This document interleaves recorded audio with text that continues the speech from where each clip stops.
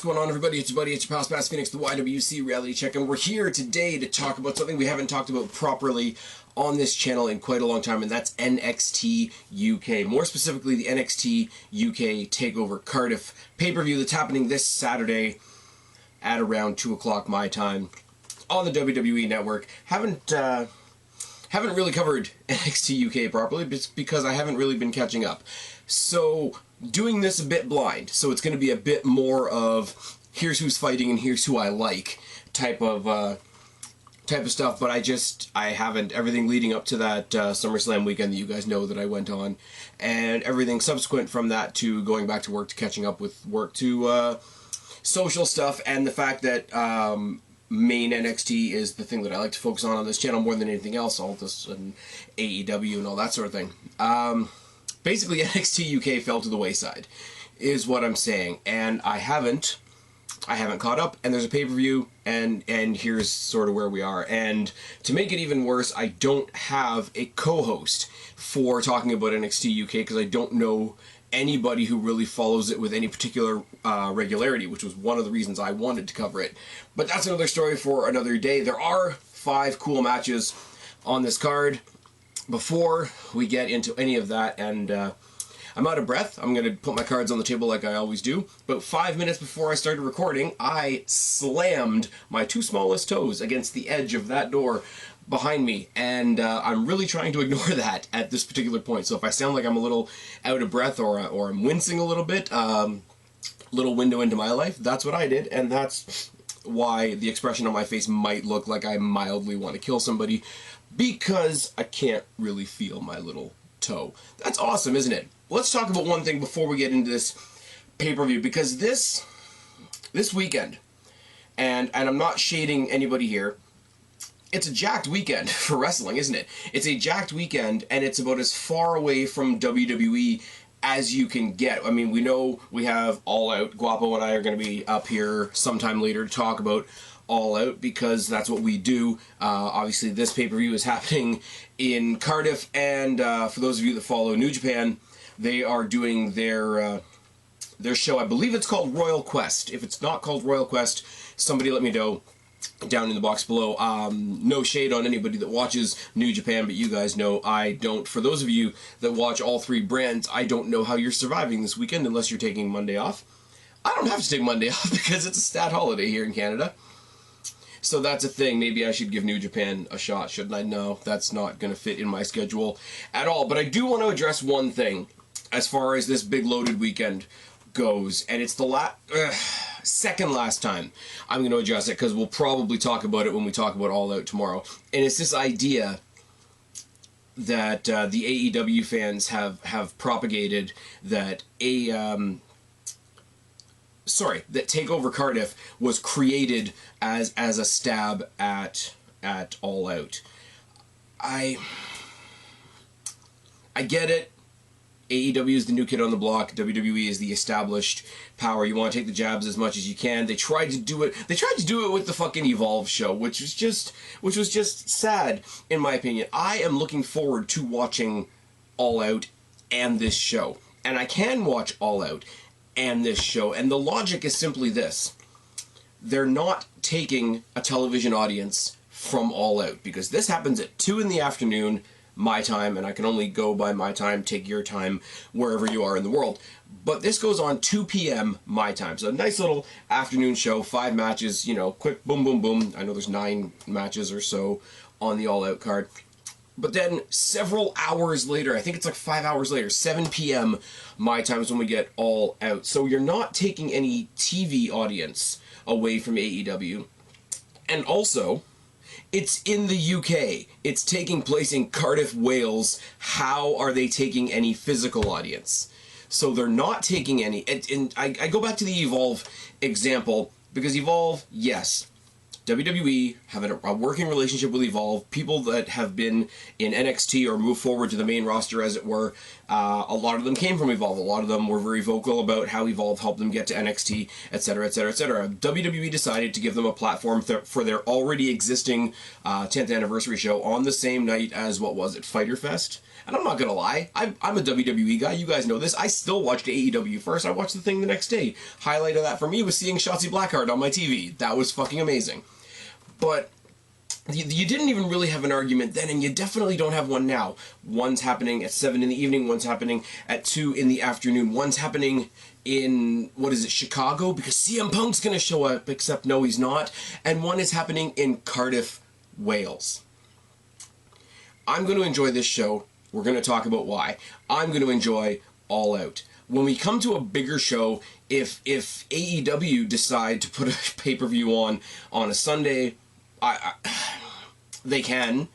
If they decide next year that they're going to put an AEW show up against SummerSlam, I'm still not going to complain.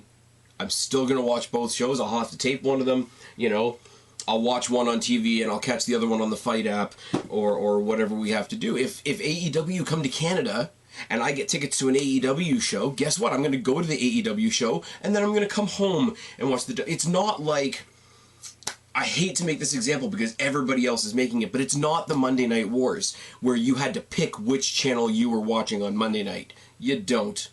AEW's on streaming services, WWE Network can be replayed, everybody's got a TiVo, or at the very, very least, if you're about 15 years behind, you've got a VCR, and you can tape both. There is no such thing as being forced to choose between these two companies. Now, if anybody forced the issue, it was AEW when they decided to put their weekly show on Wednesday nights directly opposing NXT. But even that isn't really a point that I want to make. So I just want to dispel this idea, and yeah, me and Guapo are probably going to have a little bit more of a discourse about it tomorrow night when we talk about AEW, which looks like a fantastic card, even with the unfortunate news of Jon Moxley. I just hope the rhetoric ends. You're going to have your opinions. You're going to have, you know, AEW did this better, NXT did this better, WWE did this better, New Japan did that, but I'm okay with all of that. But the rhetoric of everything WWE is doing is just now to take a shot at AEW. It's so baseless, especially when the other company, the third guy in the equation, which is New Japan, is also in the UK, has also decided to put a show on that day, and nobody is making the same thing. Why? Because New Japan are the faces, AEW are the faces, and Vince McMahon and the WWE are the big bad heels. And it's fucking ridiculous. I'm not even frustrated anymore. It's just ridiculous. And that's all I'm gonna say. Is WWE perfect? Hell no. Do they do spiteful things? That's debatable. You know, oh, look what they did with so-and-so's contract that they signed under their own volition, so it's actually fine. But this stuff is just... It's silly. And I hate to whittle it down to something as petty as, oh, this is silly, but this is silly. They have a performance center in the UK. They have a brand in the UK. Apparently, we're going to get a brand up here in Canada. So am I going to sit here as the fan of Destiny and say, oh, well, WWE's trying to fuck with Destiny? No! I'm going to go to my Destiny shows. If there's an NXT Canada at some point, I'm going to go to NXT Canada, because guess what? Chances are they might be in the same building. Oh, yes. So that's my 2 cents on that. And I'm going to go over it one more time with Guapo, so you're going to get this rant from me at least one more time. But goddamn, guys, there's so much... I don't want to be that guy, too, like because I really am still the WWE guy, but there's so much fucking wrestling out there. There's NXT, there's NXT UK, there's 205 Live for anybody that's watching that. There's Raw, there's SmackDown. I think we're getting another Mae Young Classic. There's AEW. There's a lot of indie stuff going on. If you're in my area, there's Destiny. I know there's a lot of stuff in Toronto. There's New Japan. There's the American stuff that New Japan, I think, is trying to do. Impact is still around, even though I can't be really bothered to go find it. There's lots and lots and lots of stuff. And yes...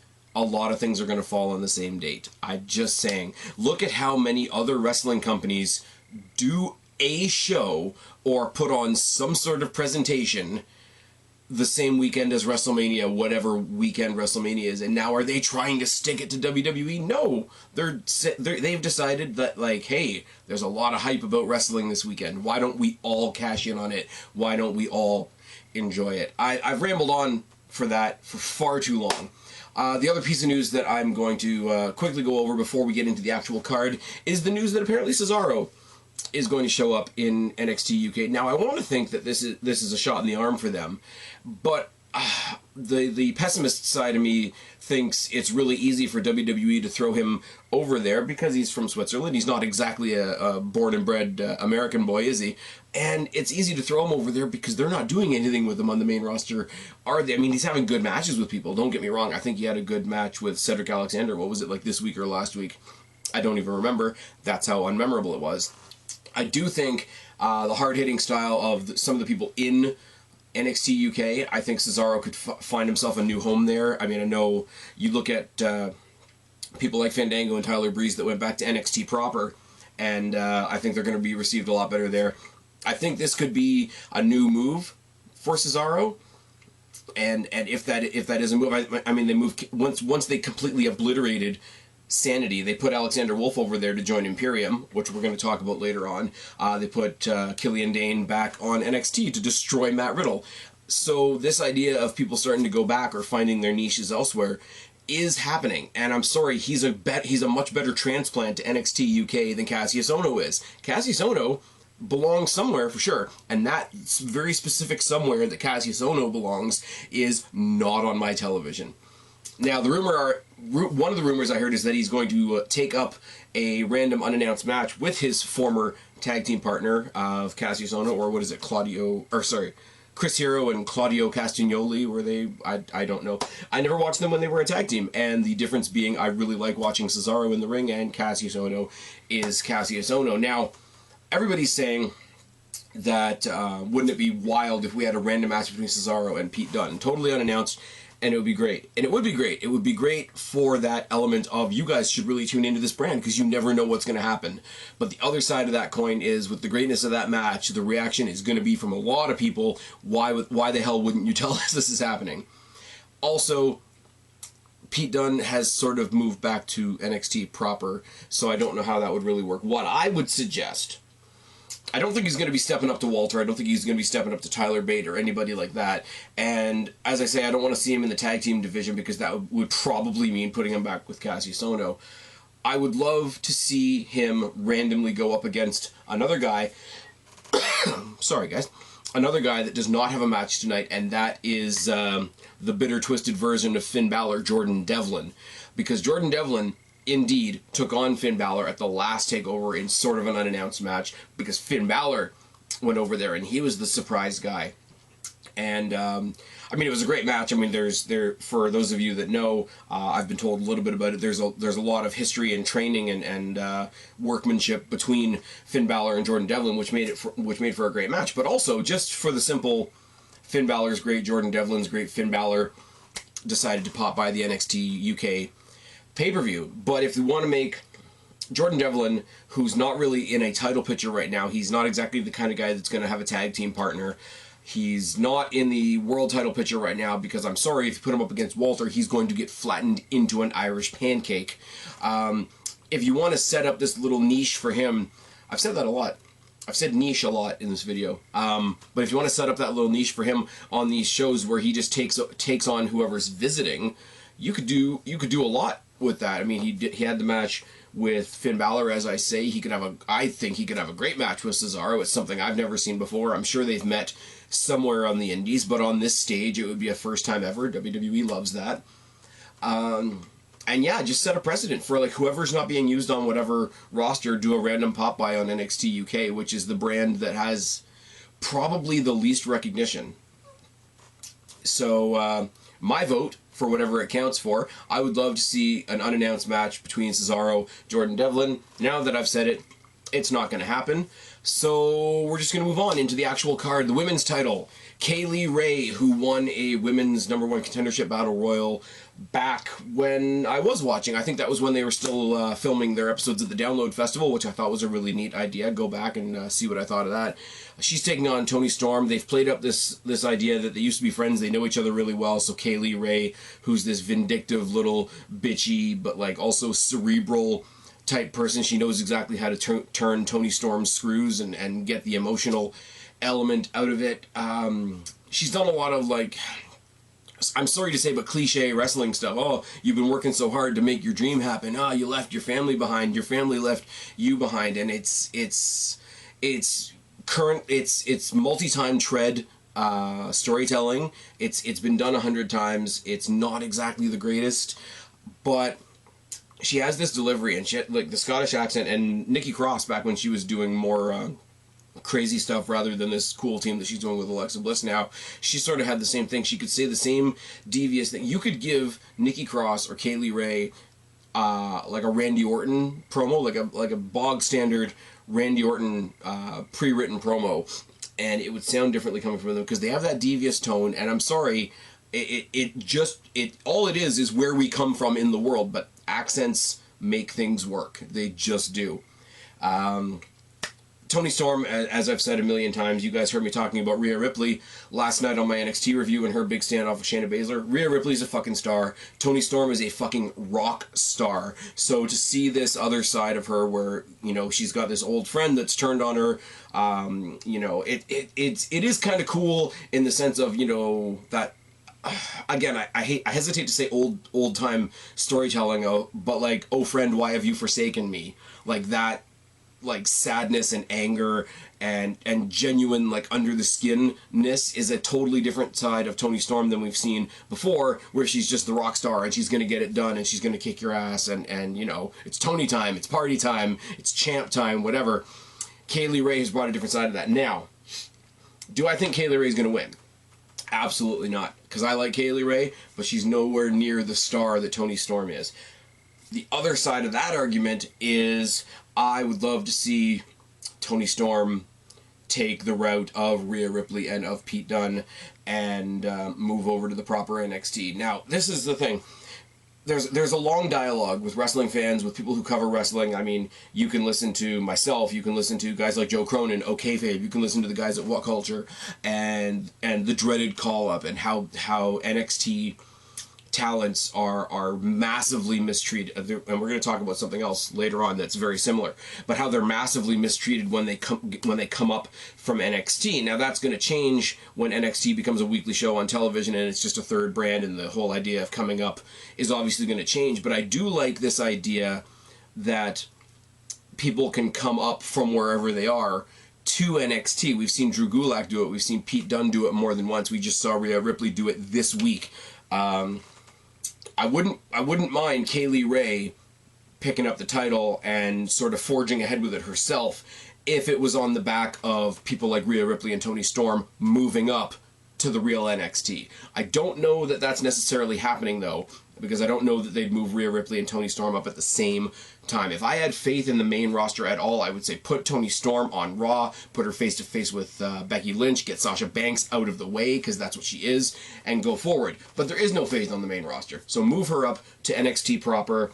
Maybe let Kaylee Ray go with the belt from there, but if Toni Storm is still going to be on the UK brand, then Kaylee Ray is going to be the title holder that's not the best in the division, and that's a bad thing, because I think in her own way, out of Toni Storm and Rhea Ripley's shadows, she could forge her own way with the belt. But I think that the other people need to sort of move out of the way to let some of the sunshine on her, and it sort of hinges that way. I don't see Toni Storm making that move, so I don't see Toni Storm losing her title this Saturday. I was about to say this Sunday, because Sunday's the pay-per-view day, but Saturday is the Takeover day, and apparently it's the AEW day, because reasons. Travis Banks versus Noam Dar. Now, there's an interesting dichotomy, once again, of personalities here, because Travis Banks, when I first laid my eyes on Travis Banks, and I still believe it for the most part, Travis Banks is a much angrier version of determined good guy the fuck is his name? Sami Zayn. Sami Zayn, when he was a good guy and he was sticking to all of his convictions and he was just the guy that was going to be there and put his nose to the grindstone and get the job done against the big bad evil Kevin Owens, who's an awesome face. Travis Banks reminds me a lot of him. Noam Dar is the kind of pain in the ass heel that can walk out, have the crowd in the palm of his hand because they love him, and then be at the same time be so devious that he turns the crowd in every match. And this is one thing, if I was still covering NXT UK on a more regular basis, I wish I could go into more detail on this, because I could be like, there's the moment, there's the spot in the match, because he always comes in and he always has a pop and he always has this charismatic, strong reaction that he soaks up on the way in, almost like he's sort of not to knock on Tony Storm, who I was just talking about, but he does sort of get that rock star, we love this guy reaction even though he's a dick, and every match he's in, he slowly turns the crowd so that by the end he's getting booed out of the building. And to do that dynamic constantly has got to be creatively exhausting, but also that's not something that everybody can do, so give it to the guy that can do it. I don't know how solid Noam Dar is on this brand either, because he's another one that has sort of, he's been on the main roster, he's been on 205, I think he's been to NXT proper once or twice for some crossover stuff. We've definitely seen him in things like the Worlds Collide tournament. So if Noam Dar is 100% on NXT UK as a brand, I think he's the character you throw your weight behind. Travis Banks is, like I said, he's the lovable underdog, he's the scrappy guy, whatever cliche you want to use, and him losing won't necessarily hurt that, but Noam Dar winning will piss off everybody in all the right ways. So I'm going to go with Noam Dar on that. So Toni Storm's going to win, retain her title, Noam Dar's going to go over Travis Banks, and there's no title involved in that, because there's no mid-card title in NXT UK yet. I do believe that there will eventually be one. Now, this is one of those things where we don't want to bring belts back, and actually this wasn't even something I was planning on talking about, but if you want a secondary title for the NXT UK brand, do not create another belt like you did for NXT proper with the North American title, which is great. Velveteen Dream, still the champion, all good. Bring back the European title and put it on a brand that makes sense for it to be on. That's just me, that's just my 2 cents on that. Joe Coffey versus Dave Mastiff in a last man standing match. Jesus fucking Christ, if these guys aren't going to beat the ever-loving hell out of each other. This is the type of match that I think NXT proper wanted last night with Dijakovic and Keith Lee. Now, Keith Lee doing the biggest Spanish fly ever was fantastic. But what's going to be even more fantastic is these two brick shithouses pounding the fuck out of each other. Now, again, getting into my reasoning as to why they do things. Dave Mastiff is an entity. Dave Mastiff is a massive, pun intended, entity. I love the fact that he does the Vader bomb and he comes out with the ring gear that's sort of inspired by Vader, but yet he's still got his own way about him. In ring, he sort of reminds me of a combination of Vader and Mark Henry. And I like watching him, but once again, my enjoyment of watching him like fuck people up has nothing to do with whether he wins or loses. Joe Coffey is not only a... Forever does this camera hate me. Now, where were we? We were talking about Dave Mastiff versus Joe Coffey, and it comes down to, as I said a minute ago, two brick shithouses kicking the fuck out of each other. Joe Coffey is more of a character. Joe Coffey is also the leader of a faction who has other things to do on the night, and it's a last man standing match. So, you got a heel. You got a great heel character who's very, very believable doing heely, dastardly things, and he's got two big motherfuckers to back him up in his brother and Wolfgang. And you got Dave Mastiff, who's really not going to be hurt by a loss. So I think there's going to be some shenanigans here. I think Dave Mastiff's going to be massively fucked over. Again, pun intended. But I do think Joe Coffey's going to take away the win here, and Gallus is going to set the table, because I do think this match will either be a breather match in between a couple of matches, or potentially this could be the first match. Now, I know Last Man Standing is a long, dragged-out match for two very big, not exactly quick guys, and it's not the typical way to start a show, but NXT UK with the hard-hitting style, a little bit slow, a little bit more meticulous and methodical, it might exactly be the way that they want to start off this show. So, to recap so far, we got Toni Storm, Noam Dar, and Joe Coffey winning so far. Now we have the prettiest belts in wrestling, don't at me, the NXT UK Tag Team Championship. Triple threat match between the Grizzled Young Vets, Mark Coffey and Wolfgang, and Mark Andrews and Flash Morgan Webster. Now, I will say, Flash Morgan Webster and Mark Andrews are amazing, high-flying, fast-paced, energetic as fuck, entertaining as hell. Specifically, Mark Andrews. I've liked him since he was Mandrews on Impact. Remember when Impact was a thing? They are here for one purpose and one purpose only: to take a pin. These guys are here because Grizzled Young Vets versus Gallus is heel versus heel, and you need a face in there to mix it up. Grizzled Young Vets are great. They have this great, as the name implies, like a lot of experience in a very short amount of time. The young, successful, they talk about like young athletes that find success at a young age and then they get rich, they don't know what to do with themselves and they go fucking crazy. They've got this young entitlement, but they can back it up, and it's all very good. It's all very street fight-ish, and Gallus has everything that I said about Joe Coffey a second ago. They've got this pack mentality of their own, and if there was a mid-card title for one of them to go after, they could go the route of, Undisputed Era, New Day, Shield, etc., and be the group with all the gold. I don't see any of them being the NXT UK main champion at the moment. I mean, it's still called the WWE United Kingdom title, isn't it? Which is weird in its own right, but we're not even there yet. I really don't know.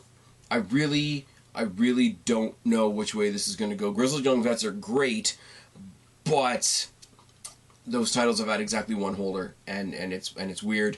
And I haven't been watching, to be fair. I don't know what they've done in the past, say, 2 or 3 weeks, but I do know that I really, really like Gallus and the imposing, sort of almost like Irish Mafia kind of feel that they have, and they do need something. There isn't a mid-card title, so that something will be tag team titles, and yeah, you do the New Day thing a little bit where, if Mark and Wolfgang are retaining their titles or defending their titles, you have Joe out there not only as their mentor, as their, overbearing, like almost father figure, even though he's only a little, big brother, where you get the feeling where he's going to help them win over their opponents, but he's also going to kick their asses if they fail. It's like that very, the downside of a familial element, the downside of like a criminal organization or a mafia family, or it's the only thing I can really compare it to, which is really terrible. But that violent motivation from the third party, I would like to see Gallus win. I don't think they're going to. I think the Grizzled Young Vets retain here. I don't know who they fight next, though, because straight up Grizzled Young Vets versus Andrews and Webster, I would love to see that again, like I said about Travis Banks, the scrappy good guy coming out on top. I don't think Andrews and Webster are going to do that just yet. I think you could put these guys over in 205 or whatever, but it is what it is. I hesitate, though. And here's where I want to take a little diversion before we talk about the last match. I do hesitate when I say anybody should go to 205 Live, because as clearly evident by Noam Dar coming over to NXT UK, I would much rather see Noam Dar fight in NXT UK, because Noam Dar is not going to make me watch 205 Live. Going back to the conversation we had again about the call-up situation, people being called up from UK to NXT, and it's awesome. And again, you saw the reaction when Pete Dunne showed up to join that triple threat at Takeover Toronto. You saw the reaction last night when Rhea Ripley came and stared down Shayna Baszler. I'm really pulling for Toni Storm to do the same thing. Toni Storm, who made her name in the WWE by competing in the Mae Young Classic, which was at Full Sail, which is that NXT crowd. But it really is an anomaly that everybody does better when they leave 205 Live, and I've given you 2 examples right there. Noam Dar is better on NXT UK than he is on 205 Live. I haven't seen too much of him, but the little bit that I have seen of Gentleman Jack Gallagher, same thing. He's home with his own people, so to speak, and I know that's a very dangerous way to phrase things, but I hope you know what I mean. Drew Gulak did immensely better, and it was immensely more entertaining, taking on guys like Kushida and Matt Riddle and Cassius Ohno and whatever on NXT than he ever was on 205 Live. Mustafa Ali and Buddy Murphy are shining in their own ways on SmackDown right now. Cedric Alexander is a notable name on the flagship show on Monday Night Raw. So please continue the conversation about NXT stars being called up to the main roster and how devastating that is. But please also acknowledge that leaving 205 Live and literally going anywhere else is a fantastic bit of business. 205 Live is going to die, isn't it? Speaking of 205 Live, there's a guy that competed on 205 Live, I think, once, who's in the main event of this pay-per-view, and of course I'm talking about Walter defending the WWE United Kingdom Championship against Tyler Bate. I don't know how we got here.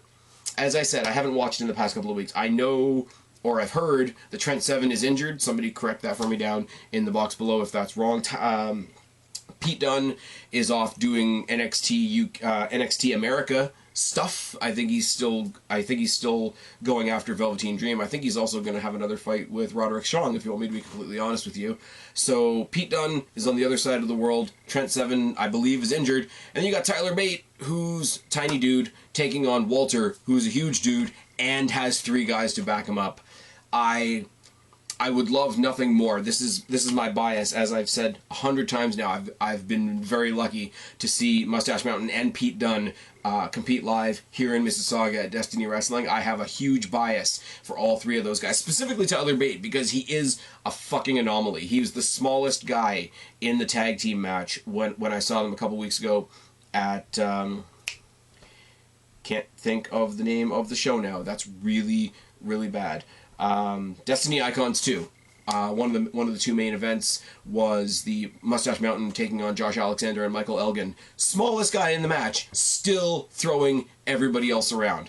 I would love to say that Imperium aren't going to get involved in this, that we're not going to see Marcel Barthel, Fabian Eichner, Alexander Wolf in this match. I like all those guys. Marcel Barthel, Fabian Eichner, I like that they found themselves, became a pretty cool tag team. I like that they found something different for Alexander Wolf to do after they completely, as I said, decimated Sanity. And they do team up really, really well with Walter as this gigantic, imposing man in black type of like hit squad almost. But at the same time, I really do want to see this David and Goliath thing.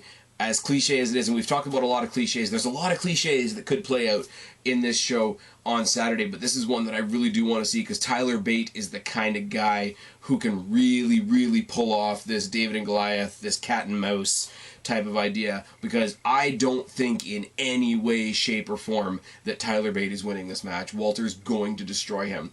But if at some point in this match we see Tyler Bate, little tiny Tyler Bate, one of the smallest guys on the roster, get a suplex or something on Walter, that'll be enough. That'll be the highlight of the match, because we know that Tyler Bate, even though he's small, is also a little bit insane, and it can be a lot of fun. Walter, I think, is just gonna frying pan him in the chest and like hand him his heart. I don't know. And as I say, there's always the chance that after this match, whoever wins gets a stare down with Cesaro. That's one of the rumored things that he's going to do, that he's going to go there and he's going to go stare down their champion and start off a feud and, maybe put over Walter more or have a really good exhibition with Tyler Bate or something like that. I really don't want the guests.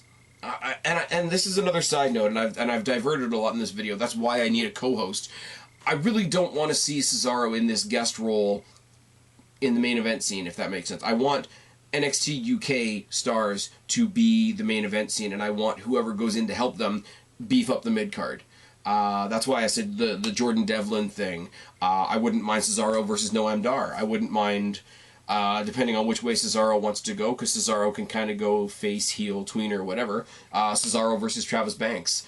Cesaro versus, I don't know, I really don't know. Cesaro versus Mark Andrews would be insane, because he'd just sell the swing really well, wouldn't he?